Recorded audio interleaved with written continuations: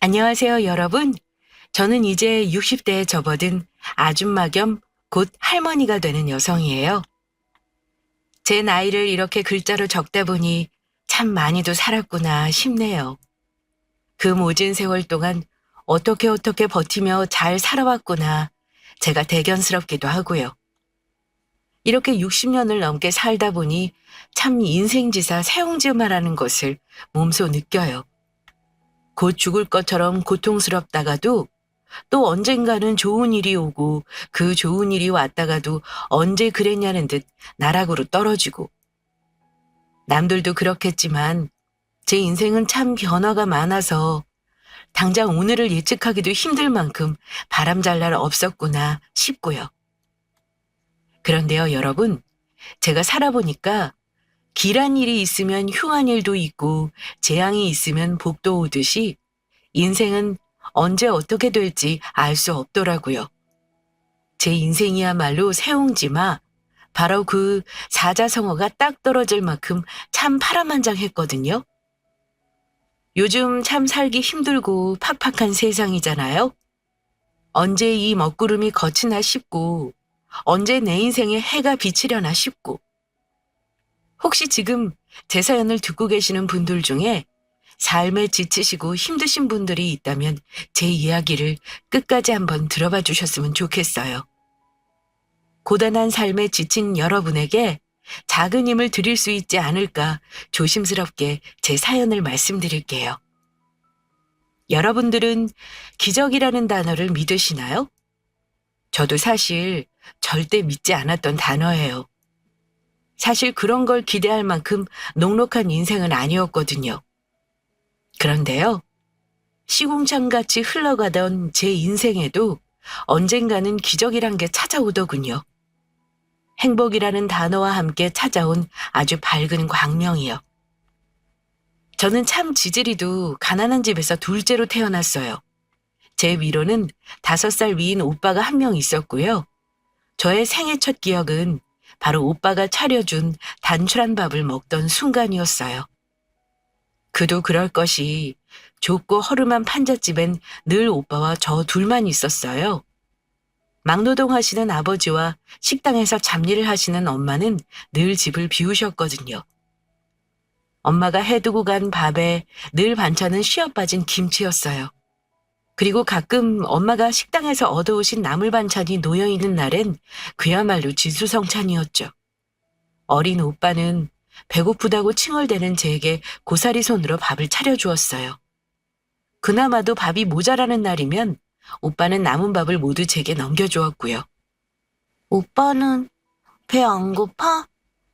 제가 물을 때마다 오빠는 응, 오빠는 배 하나도 안 고파. 그러니까 우리 숙희 많이 먹어? 라며 배시시 웃었죠. 그래서 제 기억 속 오빠는 영웅이었어요. 난 먹어도 자꾸 배가 고픈데 오빠는 하나도 먹지 않았는데도 배고프지 않은 천하무적 같았거든요. 전 오빠가 세상에서 제일 멋지다고 생각하며 자랐습니다. 물론 지금 돌이켜 생각해보면 오빠는 내게 자기 밥을 다 넘겨주고 얼마나 배가 고팠을까 가슴이 미어지지만요. 어려운 살림에도 저희 남매는 참 돈독했어요. 어릴 땐 포대기에 오빠가 저를 업고 키웠을 만큼 제겐 또 다른 부모였죠. 가난해도 화목한 집이었어요. 배를 골마도 곁에 오빠와 부모님이 계시니 어린 저는 그저 좋기만 했죠. 그러던 어느 날이었어요. 제 인생의 첫 번째 불행이 찾아왔어요. 공사판에서 막일을 하시던 아버지가 사고를 크게 당하신 거예요. 곧장 병원으로 이송되는 도중 아버지는 숨을 거두시고 말아요. 엎친 데 덮친 격으로 아버지의 장례를 치르는 와중 어머니는 충격과 슬픔을 이기지 못하고 쓰러지셨어요. 곧바로 병원으로 옮겼지만 장례를 다 치르고 발인까지 끝내길 기다렸다는 듯 어머니도 아버지를 따라가십니다. 결국 저희 남매는 한순간 부모 없는 고아가 되어버린 거죠. 친인척들은 계셨지만 다들 사정이 좋지 못하셨어요. 모두가 못 살던 그때 저희 남매를 거두어갈 친척들은 없었어요. 그렇게 저희 남매는 막내 고모의 손에 이끌려 한 보육원으로 가게 됩니다. 제 나이 5살, 오빠 나이 10살 때였죠. 수녀원에서 운영하는 보육원이었는데 시설이 퍽 좋지 못했어요. 물론 다른 보육원과 비교해보지 못해 모르겠지만 그 당시 판자촌에서도 안 좋은 편이었던 저희 집보다도 낙후된 환경이었으니 말 다했죠. 아주 좁은 방에서 대략 30명의 아이들이 모여 잠을 잤는데 편하게 다리를 뻗기는커녕 몸을 뒤척이기도 힘들었어요. 그럴 때마다 오빠는 제 옆에서 수키야, 오빠 몸에 다리 얹고 편하게 자 라고 했어요. 늘 자신의 잠자리를 내게 내어주고 저는 조그맣게 웅크리고 잠을 청했죠. 마치 전쟁통처럼 북적이는 그 방 안에서 오빠만이 절 지켜주는 유일한 울타리였어요. 오빠는 제게 정말 오빠가 아닌 신 같은 존재였죠. 오빠가 곁에 있어서 참 다행이다. 어디 가서 살아도 우리 오빠만 있으면 괜찮겠다 생각할 정도로 큰 의지가 되었습니다. 그 보육원은 하루에 2끼를 식사로 급식 형식으로 줬어요. 보조금도 없이 운영하는 보육원은 언제나 식량이 모자랐죠. 그러다 보니 늘 급식판은 밥알이 몇 개 떠있는 미음이나 죽이었고 그나마도 배를 채울 만큼이 되지 않아 저희 남매는 늘 배를 골아야 했습니다. 한창 클 나이에 아이들은 얼마나 배가 고팠겠어요. 급식이 끝나고 식사가 시작되면 서로의 밥을 빼앗아 먹으려고 또 난리가 났었어요. 그럴 때마다 든든하게 저를 지켜준 것 또한 오빠였어요. 그리고 오빠의 밥의 반은 언제나 철없는 저의 입으로 들어갔죠. 오빠, 밥 안 먹어도 돼? 괜찮아. 너 더 먹어. 늘 자신의 밥을 제게 양보했죠. 저희는 하루가 다르게 피골이 상접해가고 있었어요. 영양실조로 배는 툭 튀어나오고 손톱 밑은 까슬까슬한 거스러미가 올라와 있었죠. 제가 손에 뜯어놓은 거스러미에서 흐르는 피를 쪽쪽 빨고 있을 때였어요. 오빠가 결심하듯 제게 말하더군요. 오빠가 오래 생각해봤는데 수키야. 응? 저는 피를 빨다 말고 오빠를 바라봤죠. 오빠 돈 벌어서 너 데리러 올게. 여기 있다간 둘 다 굶어 죽겠어. 어? 나만 두고? 오빠 금방 올게. 너 국민학교도 가야 하고 중학교도 가야지. 그러면 여기 계속 있으면 안 돼. 데리러 올 거니까 꼭 여기 있어야 해. 알겠지? 나도 데려가면 안 돼? 그러고 싶은데 넌 여기 있는 게 더 안전해. 그러니까 딱 5년, 아니 3년만 기다려. 우리 수키 국민학교 가기 전에 오빠가 꼭 올게. 저는 울면서 철없이 매달렸지만 오빠의 결심은 확고했어요. 그날 오빠는 보육원을 떠났고 저는 홀로 덩그러니 남겨졌습니다. 오빠가 오기만을 오매불만 기다렸어요. 아이들은 오빠가 절 버리고 떠난 거라고 했지만 믿지 않았어요. 오빠는 저 국민학교 가기 전엔 꼭 올 거라고 약속했으니까요. 시간이 지나고 또 지났죠. 오빠는 3년이 지나도 돌아오지 않았어요. 4년이 되던 해 저는 알았죠. 아, 오빠가 날 버린 거구나. 그런데 또 불행이 닥칩니다. 원장 수녀님이 돌아가시면서 보육원 운영이 어려워진 거예요. 게다가 보육원에 화재까지 나는 사고가 이어졌어요. 그때 방 안에 있던 아이들이 꽤 많이 죽었고요. 물론 저는 구사일생으로 살아났지만요. 그 사건과 맞물려 운영이 힘들다는 이유로 결국 보육원은 문을 닫게 되었고 저는 다른 보육원으로 이전하게 됩니다. 저는 차마 발걸음이 떨어지지 않았어요. 혹시나 오빠가 오지 않을까. 왔는데 내가 없으면 어쩌지? 하지만 살아야 했죠. 저는 떨어지지 않는 발걸음을 옮겨야만 했어요. 그렇게 세월은 무심히도 흘렀습니다. 옮긴 보육원은 다행히 국가에서 운영되는 곳이었어요. 그래서인지 절 학교에 보내주더군요. 늦게 학교에 입학했고 중학교까지 졸업했어요. 그 사이 저는 가끔 오빠와 있던 이젠 폐허가 되어버린 보육원에 가서 하루 종일 오빠를 기다렸어요. 혹시나 오지 않을까 미련을 채 버리지 못한 거죠. 그렇게 오지 않는 오빠를 기다리다 발길을 돌리길 수십 번. 어느새 저도 단념이라는 걸 하게 되더라고요. 그리고 단념하게 되었을 때쯤 저는 보육원 원장님의 소개로 공장에 취직하게 되었어요.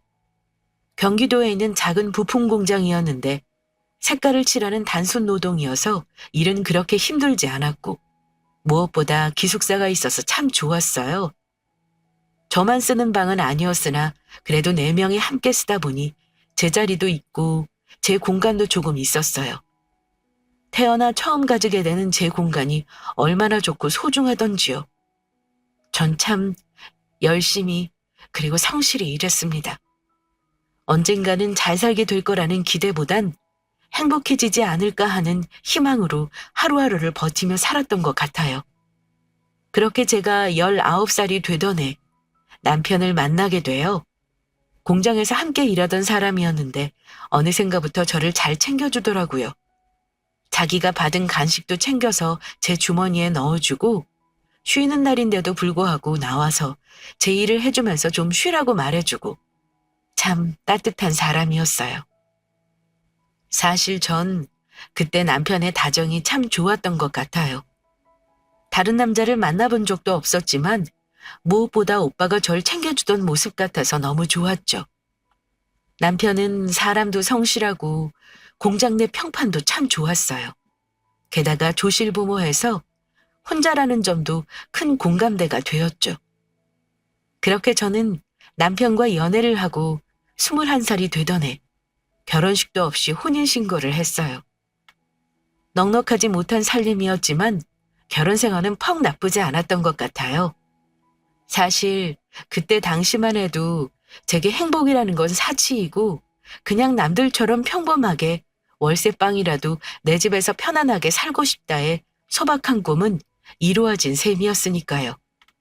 그렇게 세월이 지나 제게 첫 번째 기적이 찾아와요. 바로 아이라는 커다란 선물이었죠. 하지만 문제가 있었어요. 그때 당시 남편이 조금씩 노름에 손을 대고 있었던 거죠. 저도 그 사실은 어렴풋이라도 알고 있었지만 곧 아이가 태어난다를 생각에 묵인했어요. 사실 그것 말고도 남편은 문제가 많았습니다. 술을 먹고 돈을 가져오라며 손찌검한다거나 여자 문제를 일으키는 게 부지기수였거든요. 하지만 저는 꾹 참았어요. 아이를 아버지 없는 자식으로 키울 수는 없으니까요. 저 같은 환경에서 자라게 할 수는 없었으니까요. 그렇게 아이는 무럭무럭 자랐고요. 남편의 도박 판돈도 무럭무럭 커져갔어요. 월세 보증금을 야금야금 빼먹더니 결국엔 아이를 위해 들던 적금 통장에까지 손을 대더군요. 남편은 그 돈 많은 건드리면 안 되는 거였어요. 사실은 우리 아들이 공부를 곧잘 했거든요. 서울에 있는 제일 좋은 4년제 대학을 갈 수 있다는 담임 선생님의 말씀도 있었어요. 애가 곧 대학에 들어갈 나이가 되어가는데 그 돈을 노름판에 써버리다니요. 저는 그때 굳은 결심을 합니다. 남편의 노름판에 찾아가서 그 판돈이라도 걷어와야겠다고 생각한 거죠. 그래서 억척스럽게 찾아간 곳은 작은 단칸방이었어요. 거창한 하우스라도 생각했던 저는 의아함에 조심히 문을 열었죠. 근데 저는 그 안에서 못 볼 꼴을 보고 맙니다. 노란 장판 위에 흩어진 새빨간 화투장, 구겨진 담요, 그 위에 뒤엉킨 남녀. 저를 보고 놀라 눈이 커다래진 남편, 그리고 한 젊은 여자. 여보! 저는 문을 쾅 닫고 그 자리를 도망치듯 나왔습니다. 그래도 계집질과 폭력은 하지 않는다며 참아왔던 제 인생이 한순간에 무너지는 기분이었어요. 남편이 바람을 핀다는 건 알았지만 직접 눈으로 목격하니 정말 세상이 무너져 내리더군요. 아들 등록금을 저 여자에게 가져다 바친 걸까? 생각이 여기까지 미치자 정말 저는 참을 수 없는 분노에 휩싸였어요. 그리고 제 아들을 위해서라도 저는 이혼을 결심하게 됩니다. 이혼이 참 간단하더군요. 20년 넘게 살을 섞고 살았는데 도장 한번 찍고 법원 몇 번 가니 그냥 남이 되더라고요. 남편도 어찌나 순순히 이혼해주던지 제가 이혼하자고 하길 기다린 사람 같았어요. 진호, 대학 등록금 돌려줘. 저는 법원을 나서며 말했어요. 지가 애비라면 그래도 그 돈은 주겠지라는 마지막 믿음은 있었던 것 같아요. 그렇지만 그 믿음은 남편의 이어진 말에 와장창 깨어지고 말아요. 대학은 무슨 대학이야? 졸업하고 돈이나 벌라고 해. 그러면서 에이, 분수에 맞게 살아야지 대학은 무슨 대학? 하더니 길바닥에 돌을 뻥 차고는 가버리더군요. 저는 허탈하고 눈앞이 막막했습니다. 당장 먹고 살 일이 걱정이더군요. 오빠와 단둘이 보육원에 버려졌던 그때의 기분이 다시 되살아나는 듯 했어요. 그땐 제 곁에 든든한 오빠가 있었고 지금은 아들이 있죠. 엄마, 내가 꼭 장학금 받아올게. 대학 포기하고 싶지 않아. 우리 엄마 호강시켜드려야지. 그리 말해주는 아들에게 어찌나 미안하고 죄스럽던지 저는 밤새 소리 죽여 울었습니다. 그런데 참 하늘은 무너져도 솟아날 구멍은 있더군요. 저와 함께 공장을 다니던 언니가 연락이 왔어요. 너 그 호로 새끼랑 헤어졌다며? 아유, 언니, 그래도 진호 오빠한테 호로 새끼가 뭐유. 착해 빠져가지고는 젊은 년이랑 바람나서 아들 대학 등록금까지 홀라당 가져다 바친 놈이 무슨 애비라고. 그래, 너 앞으로 어떻게 먹고 살 거야? 그러니까 눈앞이 막막해. 당장 애 입학이 코앞인데 등록금을 마련해야 하는데. 언니, 혹시 일자리 좋은 곳 없어? 안 그래도 그것 때문에 전화했어. 아는 언니가 일하던 곳이 있는데 서울에 있는 대저택 입주 가정부야. 언니도 평생 다니고 싶을 만큼 좋다고 아깝다고 전화한 거야. 언니 이번에 아들내외 따라 외국에 이민 가거든. 입주 가정부? 그래. 별채에 따로 집이 있어서 진호랑 같이 들어가서 살아도 되고. 진호 학교도 서울이라며? 통학도 어려운데 잘 됐지. 월급도 꽤 괜찮고 사람들이 점잖단다. 첫 달 월급으로 진호 등록금은 될 것 같은데 어떻게 소개해 좀 알아? 정말 하늘에서 내려준 금동아줄 같더군요. 나야 너무 좋지. 언니 정말 고마워. 죽으라는 법은 없더군요. 저는 면접이 잡히자마자 서울로 향했습니다. 남편이 짐 빼러 오는 날이었지만 그게 중요하지 않았죠. 내 아들이 제겐 가장 중요했으니까요. 와, 이게 집이야? 언니가 알려준 주소로 찾아가니 아주 높은 담장이 나오더군요. 그리고 그 담장만큼 높은 대문은 정말 근사했어요. 어릴 적 제가 꿈꾸며 종이에 그리던 바로 그런 집이었죠. 저는 떨리는 마음으로 조심스럽게 초인종을 눌렀어요. 누구세요? 입주 가사 도우미 면접 왔습니다. 그러자 띵 하는 소리와 함께 거대한 대문이 삐걱 열리더군요. 저는 마른 침을 꿀꺽 삼켜놓고 집 안으로 들어섰죠. 곧장 집이 나올 줄 알았는데 담장 안의 세상은 정말 광활했어요. 아주 크고 푸릇하게 잘 가꿔진 정원을 한참이나 가로지르자 대저택이 나왔습니다. 눈이 휘둥그레진 저의 시선은 그 옆에 달린 별채에 닿았죠. 저기가 별채가 맞나 할 정도로 좋은 집이었어요. 겉으로 보기엔 지금까지 제가 살던 어떤 집보다도 좋아 보였죠. 저는 막 심장이 두근거리는 걸 느꼈어요. 꼭 이 집에서 일하고 싶다고 생각하면서 집 안으로 들어섰습니다. 이쪽으로 앉으세요. 효숙의 동생분 맞죠? 저를 소파로 안내한 인상 좋은 분이 언니의 친한 언니인 것 같았어요. 저는 네 하며 가볍게 눈짓했습니다. 사모님 곧 나오실 거예요. 여기 정말 좋아요. 손만 여물면 일하기 좋을 거예요. 그리 말하고 있는데 아주 멀리서 아주 우아하게 차려입은 중년의 여성분이 걸어오셨어요. 먼 길 오시느라 수고했어요. 밝은 음성에선 기품이 느껴졌어요. 있는 사람은 그냥 뭘 입어도 분해가 난다더니 딱 그 말이 떠올랐어요. 검소하게 차려입으신 옷에서도, 그리고 목소리에서도, 따뜻한 미소에서도 여유로움이 느껴지는 인상이었죠. 안녕하세요. 이야기는 대충 들었는데 이번에 아이가 아주 좋은 대학교 간다면서요? 아, 네. 그래, 가사 도우미 경력은 있으세요? 아니요. 없어요. 그런데 저 정말 잘할 수 있어요. 시켜만 주시면 뭐든 열심히 할게요. 경력은 사실 딱히 중요하지 않아요. 가정주부로 살아온 게 경력 아니겠어요? 사실은 지금 계신 아주머니께서 음식을 좀 가져다 주셨어요. 음식이라니. 저는 놀라 물었죠. 음식이요? 네, 지금 아주머니께서 해주신 음식이요. 제 음식을 어떻게... 그리 말하고 생각해보니 얼마 전 효숙 언니가 저희 집에 들려 이것저것 반찬을 좀 싸준 기억이 나더군요. 기분 나빠하지 말아요. 우리 집 양반이 워낙 입맛이 까다로워서 음식을 많이 가리거든요. 그래서 어쩔 수 없이 미리 좀 맛봤어요. 아, 네. 근데 남편이 아주머님이 해주신 음식을 너무 잘 먹어요. 엄마가 해준 음식 같다면서 그거만 됐다 싶어서 이렇게 불렀어요. 오늘은 면접이 아니고 같이 잘해보자고 부른 거예요. 하며 내 손을 꼭 잡으시더군요. 앞으로 잘 부탁해요. 아들 대학 등록금이 없다는 이야기도 들었어요.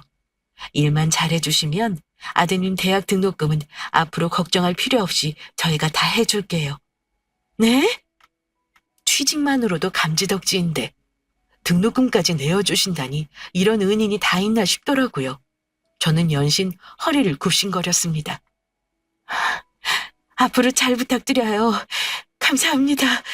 정말 감사합니다. 그렇게 저와 아들 진호는 그 집 별채로 이사를 했어요. 집은 밖에서 보던 것과 마찬가지로 너무도 좋았습니다. 아들도 무척 좋아하고 저도 무척 좋았죠. 어때요? 두 식구 살기엔 적당할 것 같기도 하고 조금 좁은가 걱정도 되고 그러네요. 이삿짐을 다 나르고 정리하고 있는데 사모님이 쟁반에 과일과 차를 내오셔서 말씀하시더라고요. 저는 손사래를 치며 고개를 가로저었습니다. 지금도 훌륭해요. 저 사실은 거실 있는 집 처음 살아봐요. 마음에 든다니 다행이에요. 오늘 내일은 이삿짐 정리하느라 정신없을 테니 푹 쉬고 모레 월요일부터 출근해 주시면 되겠어요? 그럼 남편분 식사는요?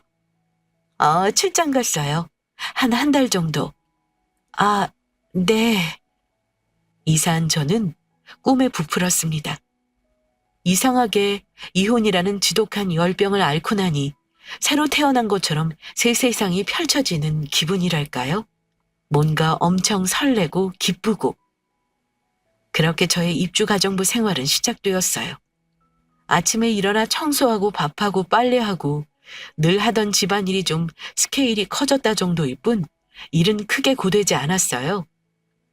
사모님 아드님도 까탈스럽지 않아 비위를 맞출 필요도 없었죠. 저는 묵묵히 저의 일을 열심히 했어요. 그러던 어느 날이었어요.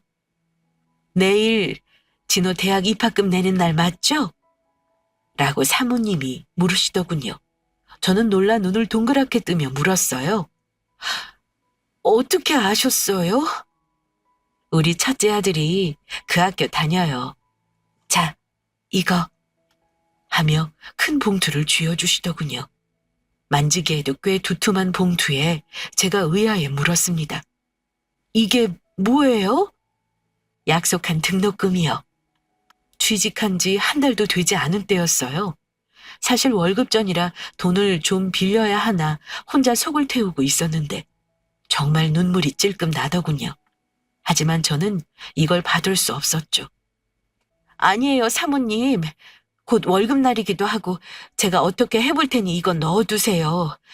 지금도 이렇게 편히 일하는데 너무 염치가 없어요. 그러자 사모님이 재차 제게 봉투를 쥐어주시면서 그러더라고요. 이거 내 남편이 주는 거예요. 내가 주는 게 아니라. 실은 아주머니 음식 먹고 그날 남편이 울었어요. 엄마가 해준 밥 같다고. 그러면서 꼭 보답하고 싶대요. 이게 보답이 될진 모르겠지만 제발 좀 받아줘요. 가, 감사합니다. 저는 눈물을 터뜨리고 말았어요. 아직 보지도 않은 사장님에게 너무 감사해 몇 번이고 고개를 숙여 인사했죠. 그리고 며칠 후 사모님이 아침부터 분주하셨어요. 그리고 제게 당부하셨죠. 아주머니, 오늘 저녁 식사만 좀 더 신경 써주실 수 있을까요? 네, 그럼요. 그러자 활짝 갠 얼굴로 화사하게 웃으시며 사모님이 그러시더군요. 오늘 남편 귀국하는 날이에요. 저까지 심장이 두근대더군요. 이렇게 좋은 사모님과 결혼하고 선뜻 대학 등록금까지 내어주신 사장님은 어떤 분이실까 궁금하기도 했고요. 저는 그날 진심과 성의를 다해 최선을 다해 저녁을 차렸습니다. 그리고 사장님이 커다란 트렁크를 손수 끌고 집 안으로 들어오셨죠. 여보, 나 왔어. 아주 큰 키에 훤칠한 인상의 중년 남자분이셨어요. 어딘가 낯이 익기도 한 얼굴에 저는 멍하니 사장님의 얼굴을 바라보고 서 있었죠. 그러다 갑자기 좀 우습다는 생각이 들더군요. 저 따위 따라지 인생이 어떻게 사장님 같은 높은 분을 뵙겠어요? 괜히 혼자 내적 친밀감이 생겨서겠지 생각하며 얼른 뒤돌아서 주방으로 향했습니다. 음식은 잘 차려졌고 꽤 맛도 있었어요. 우와, 이거 완전 진수성찬인데? 씻고 나오신 사장님이 음식이 가득한 식탁을 보고는 감탄사를 터뜨리셨어요. 뒤따라오신 사모님도 놀라 눈이 휘둥그레지셨고요. 저는 쑥스러워 얼른 국과 밥을 푸고 자리를 떠나려고 했습니다. 그런데 사장님이 절 잡으시더군요. 아주머니도 같이 식사하시죠? 이거 너무 많아서 저희 네 식구 다 못 먹을 것 같은데 아드님도 같이 먹어요. 그래요. 얼른 진호 불러요, 아주머니. 돈 많은 부자들은 아랫사람 부리기를 종 부리듯 한다던데 어쩜 이 내외는 이루도 선하실까 생각하며 사양했습니다. 그러나 사장님은 단호하셨죠. 결국 저와 진호는 그 가시방석에 앉아 식사를 함께하게 되었어요. 그래, 진호군은 우리 영훈이랑 같은 학교라고? 네, 이번에 1학년 입학해요. 공부를 아주 잘한 모양이네. 진영이다 생각하고 궁금한 거 있으면 물어보고 그래. 그렇게 일상적인 대화가 오갔습니다. 그리고는 사장님이 김치를 하나 집어 입안에 넣으셨어요. 그런데 사장님의 반듯하던 미간이 확 구겨지시더라고요. 제가 잔뜩 쫄아서 물었죠. 왜 그러세요? 입맛에 안 맞으세요? 이 김치 사신 겁니까? 아니요, 며칠 전에 담근 거예요, 제가. 저는 기어 들어가는 음성으로 대답했죠. 고향이 어디세요? 전 서울이요. 서울 김치인데 전라도 김치 맛이 나네요. 아, 네. 저희 어머니가 전라도 분이셨거든요. 어릴 때 어머니 뒤에서 보면서 배우던 게 아직 손에 익어서 그런가 봐요. 혹시 전라도 김치 싫어하시면 다시 담을게요. 죄송합니다. 제가 기어 들어가는 목소리로 이야기하자 사장님은 급히 손사래를 치셨어요. 아니요. 정말 좋아합니다. 저희 어머니도 전라도 분이셨거든요. 김치가 꼭 저희 어머니 김치 같은 맛이 나서 여쭤봤어요. 그 말에야 저는 안심했죠. 그리고 아주 쓸데없는 이야기를 해버립니다. 아, 그러셨구나. 그런데 저희 어머니는 일찍 돌아가셔서요. 그냥 보기만 한 정도라 그 맛은 못 따라가요. 아, 어머니가 일찍 돌아가셨어요? 안타까이 물어보시는 음성에 저도 모르게 입을 놀리고 말았죠. 네, 아버지 사고로 돌아가시고 어머니가 그 충격으로 쓰러지셨다가 돌아가셨어요. 제 나이 5살 때네요. 그런데 그때 사장님의 눈동자가 커져요. 그리고 손에 들려있던 숟가락이 툭 하고 식탁 위로 떨어지죠. 저는 영문을 몰라 어리둥절해 있는데 굳어버린 사장님 대신 사모님이 넌지시 물으시더군요. 어린 나이에 안 됐네. 혹시 외동으로 크셨어요? 아니요. 오빠가 있었어요. 5살 위에. 얼굴 못 보고 산 지는 몇십 년 됐어요. 어머, 사모님은 놀라 저도 모르게 튀어나온 비명을 손으로 틀어막으시고는 새빨개진 눈으로 다시 제게 물어왔어요. 제가 아주머니 성함도 못 여쭤봤네요. 혹시 성함이 정숙희입니다. 세상에. 저는 도무지 영문을 알 수 없었어요. 놀라서 연신 입을 틀어막으시는 사모님과 눈물이 그렁그렁하신 사장님까지 제가 무슨 말실수라도 했나 정말 그 순간 뒷골이 서늘했을 정도였어요. 그때 사장님이 눈물을 그렁그렁 달고 물어보시더라고요. 혹시 그래서 보육원에 갔습니까? 네, 은예 보육원이라고. 그런데 거기 불이 나서 문을 닫았어요. 그런데 왜... 수키야, 오빠야, 정수환, 오빠라고. 정수환, 오빠의 이름이었어요. 네? 그 순간 사장님의 얼굴에 어린 기억 속 오빠의 모습이 겹쳤습니다. 많이 크고 늙었지만 왜인지 낯익던 얼굴은 사실 제가 기억하던 오빠의 얼굴이었던 거예요. 그날 즐거운 식사 자리는 결국 눈물의 제외 자리가 되었어요. 사연을 들어보니 보육원을 나간 오빠도 엄청나게 고생을 한 것 같더라고요. 자리를 못 잡아 저를 데리러 오지 못하고 있다가 5년째 되던 날 저를 데리러 갔는데 보육원은 이미 불에 타 폐허가 되어 있었고 아이들이 싹 다 불에 타 죽었다는 소문을 들었다고 해요. 결국 수소문을에 찾은 생존자 아이의 입에서 제가 사망했다는 소리를 들었다고 합니다. 시신을 찾으려고 노력도 해보고 혹시 살아있진 않을까 찾아보았지만 화재로 다 타버려 자료는 없었고 방도가 없었대요. 오빠는 이게 다 가난 때문이다 생각하면서 이악 물고 성공했고 이 자리에 올랐지만 저를 향한 죄책감과 그리움에 마음 한구석이 텅 비어 있었다고. 하긴 사모님도 그 사연을 다 알 정도이니 얼마나 많이 이야기하고 한을 품고 살았을까 싶더라고요.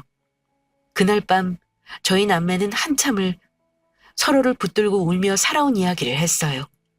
제 이야기를 다 듣던 오빠는 남편에 대한 분노에 치를 떨었죠.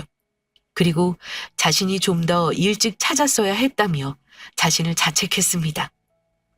당장 우리 집 2층으로 이사해. 오빠의 말에 깜짝 놀라 되물었죠. 이 집 2층으로요? 어차피 널 위해 지은 집이야. 네가 어릴 때 그렸던 그 집 모습을 재현하려고 엄청 노력했거든. 저는 그제야 왜 이 멋들어진 대저택이 낯설지만은 않았는지 깨달았어요. 나중에 크면 꼭 오빠랑 이런 집에 살 거야. 오빠는 1층, 난 2층에서 같이 사는 거지? 어때?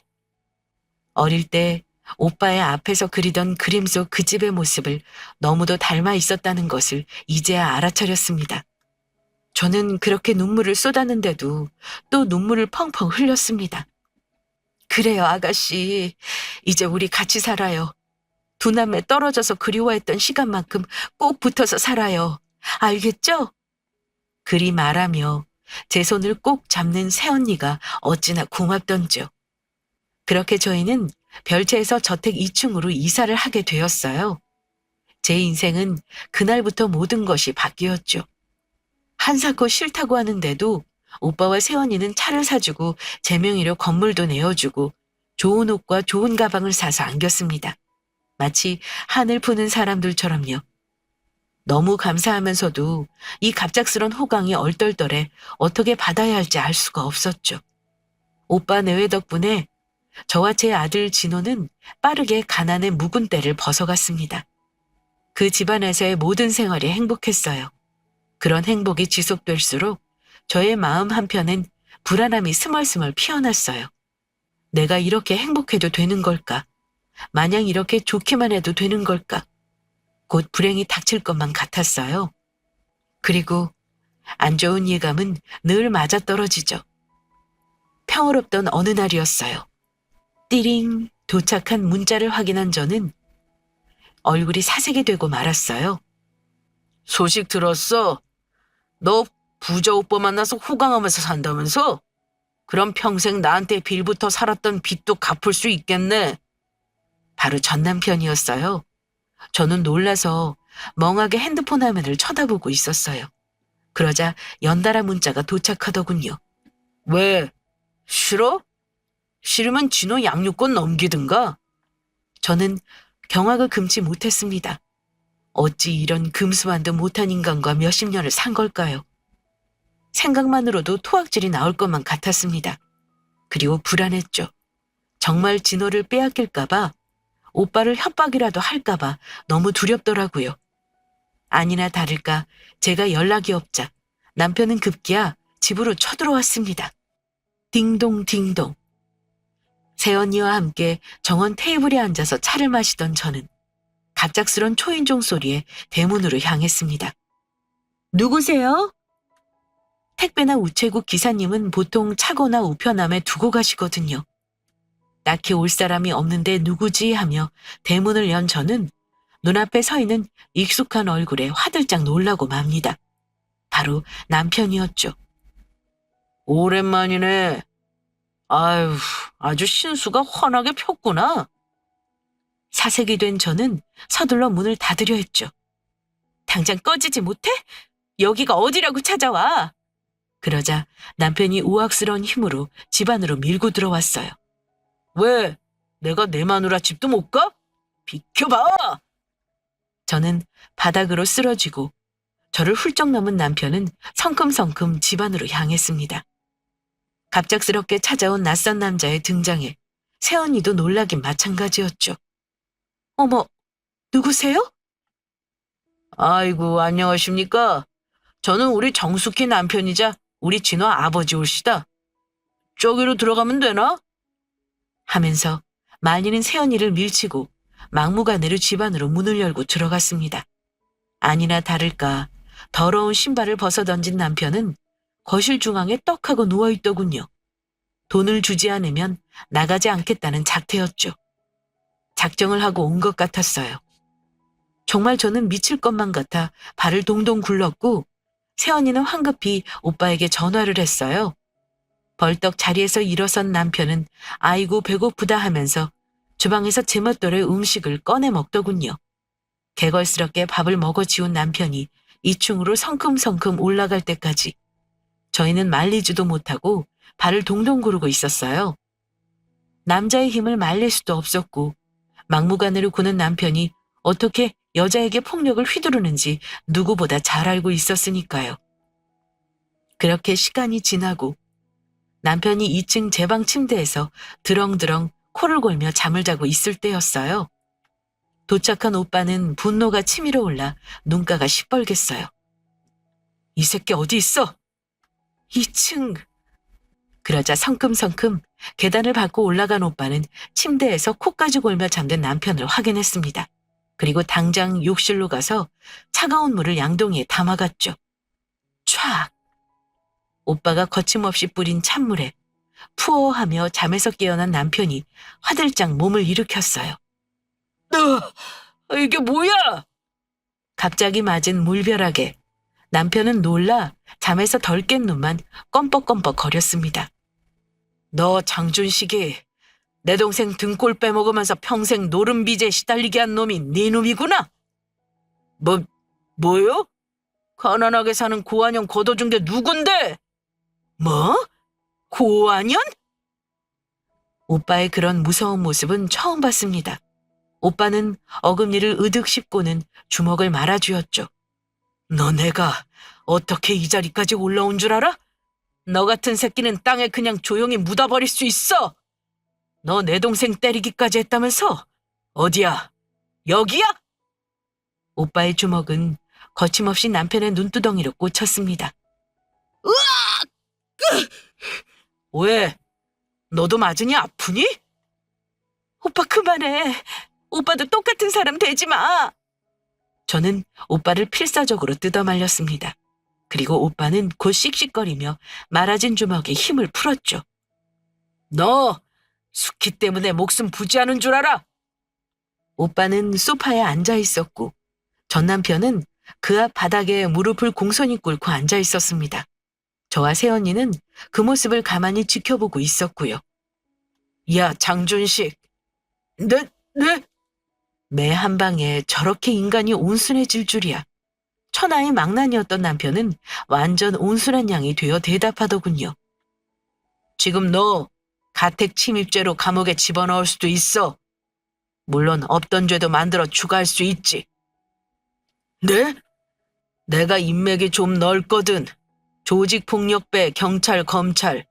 너 같은 쓰레기 새끼 하나 매장하는 건 일도 아니지.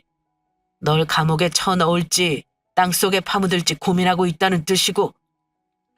오빠의 음성이 무서웠어요. 늘 자상하기만 하던 오빠의 모습이 낯설 만큼 차갑고 냉정했죠. 그런데 가만히 생각해보니까 너 같은 인간 말종에게 쓰는 시간이 아깝다 이거야. 어떻게? 이 자리에서 그냥 죽여줄까? 아니면 곱겐 네가 있던 시궁창으로 돌아가서 다시는 얼씬거리지 않을래? 오빠의 기세가 얼마나 무섭고 차갑던지 남편의 움츠러든 어깨가 달달달 떨리더군요. 오빠는 그런 전 남편에게 대고 비소를 흘리며 덧붙였습니다.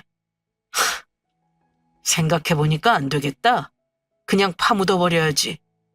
내 동생한테 했던 짓을 생각하니까 네가 살아있는 꼴을 볼 자신이 없네.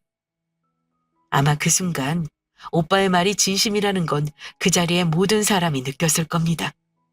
제 척추가 곤두설 정도로 서늘하고 감정 없는 목소리였거든요. 아이고 형님, 죄송합니다. 잘못했습니다. 다시는 코빼기도 비치지 않을게요. 한 번만 살려주십시오. 한 번만요. 그러자 오빠가 남편의 머리채를 잡아 뒤로 꺾으며 귓가에 속삭였습니다. 너 오장육부가 다 뜯겨나가는 고통을 느껴본 적 있어? 없지? 죽고 싶은데 절대로 죽지를 못해. 제발 죽고 싶다고 싹싹 빌게 될 만큼 고통스럽지. 어때? 한번 겪어볼래? 좋은 경험이 될 텐데. 남편은 이미 그 고통을 겪고 있는 사람처럼 비명을 질러댔습니다. 평소에도 겁이 많은 남자인데 바지를 보니 가랑이 사이가 축축하게 젖어 있더군요. 오줌까지 질질 싸며 도망치듯 밖으로 다름질치는 남편의 뒷모습을 바라보는데 그동안 쌓였던 울분이 씻겨 내려가는 기분이더라고요. 그런데 그때 제 등 뒤에서 새언니의 웃음소리가 들려오기 시작했어요. 깔깔깔 재미있다는 듯이 넘어가며 웃는 새언니는 뭐가 그리 웃긴지 배까지 잡고 웃었어요. 아니, 뭐가 그렇게 웃겨요. 저 지금 무서워서 혼났어요. 그러자 새언니가 어이없다는 듯 오빠를 쳐다보면서 그러더군요. 자기 연기 잘한다. 오장육부를 어쩐다고? 미치겠다 진짜. 그러자 오빠가 멋쩍게 웃더군요. 내가 요즘 느와르 영화를 하도 많이 봐서 어때? 그럴듯했어? 나도 저렇게까지 속아 넘어갈 줄은 몰랐네. 지금 이 상황이 다 오빠의 연기였던 거예요. 저만큼 속아 넘어갈 만큼 감쪽 같은 연기였던 거예요. 아유, 아가씨 걱정하지 말아요. 이 양반 지나가던 개미 한 마리도 못 죽여요. 뭐 어쨌든 덕분에 저 새끼 다시는 얼씬도 못하겠네? 저희 셋은 한참이나 웃었습니다. 오줌까지 지리던 남편의 모습은 아직도 떠올리면 웃음이 날 지경이에요. 남편은 정말 쥐죽은 듯 살았고 들리는 소문엔 노른빚에 오른쪽 손목을 잃었다고도 하고 어디서 진짜 죽었다고도 하는데 진짜 소문이 뭔지 저도 잘 모르겠네요. 아들 진호도 제 아버지에게 학을 떼서 평생 알고 싶지 않다고 하고요. 그리고 저요? 저는 얼마 전에 가게를 하나 냈어요. 큰 가게는 아니고요. 아주 작은 손뜨개 가게인데 사람들도 만나고 따뜻한 차도 마시고 평화롭게 살고 있어요. 물론 오빠와 새언니와는 끔찍이 서로를 아끼면서 사이좋게 지내고요.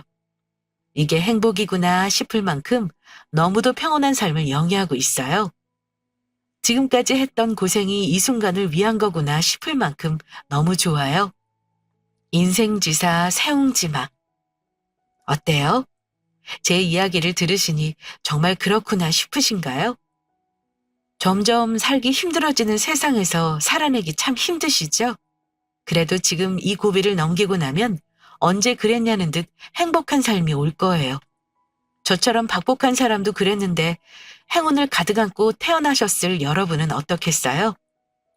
그러니 지금 조금 힘들어도 조금만 견디자고요.